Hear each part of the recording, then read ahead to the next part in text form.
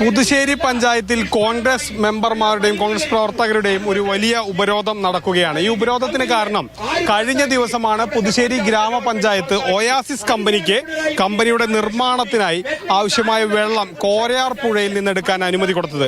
ഈ അനുമതി കൊടുത്തത് അജണ്ടയിലൊന്നും വയ്ക്കാതെയാണ് കൊടുക്കുന്നതെന്ന് പറഞ്ഞ് ഇന്നലെ തന്നെ കോൺഗ്രസ് വലിയ രീതിയിൽ പ്രതിഷേധവും ആക്ഷേപവും ഒക്കെ ഉന്നയിച്ചിരുന്നു. പ്രതിഷേധം DCC പ്രസിഡന്റ് തങ്കപ്പനാണ് ഉദ്ഘാടനം ചെയ്തത്. ജനകീയ ഉപരോധം ശക്തിപ്പെടുത്തും, നിയമ നടപടി മുന്നോട്ട് പോകും. കുടിവെള്ളത്തിനും അതുപോലെ തന്നെ കൃഷിവെള്ളത്തിനും വളരെ ബുദ്ധിമുട്ടുള്ള ഏരിയയാണ്.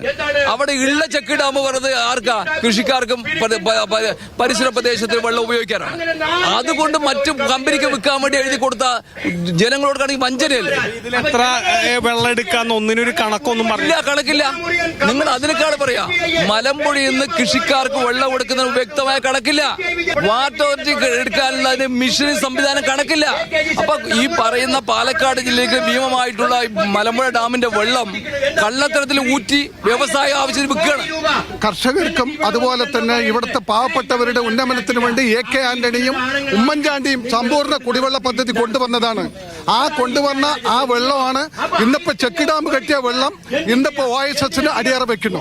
ഇത് അജണ്ടയിൽ ഉൾപ്പെടുത്തുകയാണെങ്കിൽ 3 ദിവസം മുമ്പ് ഈ വിഷയങ്ങൾ ഏത് വിഷയങ്ങളാണെങ്കിലും അജണ്ടയിൽ ഉൾപ്പെടുത്തണം. ഇത് കത്ത് തപാൽ എന്നുള്ള വിഷയത്തിലായതുകൊണ്ട് കത്ത് സാധാരണ വരുന്നത് ജനങ്ങളുടെ പരാതിയും സർക്കാരിന്റെ ഉത്തരവുകളാണ്. ഇങ്ങനെ ഒരു അപേക്ഷ വന്നിട്ടേ വരില്ലെന്ന് നമ്മൾക്ക് പ്രതീക്ഷയില്ല. അങ്ങനെ കള്ളത്തരത്തിലാണ് ഇവര് ഇത് പാസ്സാക്കിയെടുത്തത്. ഒരാളെയും കയറ്റിവിടുന്നില്ല. പൂർണ്ണമായിട്ടും പഞ്ചായത്ത് ഓഫീസ് ഉപരോധിച്ചിരിക്കുകയാണ്.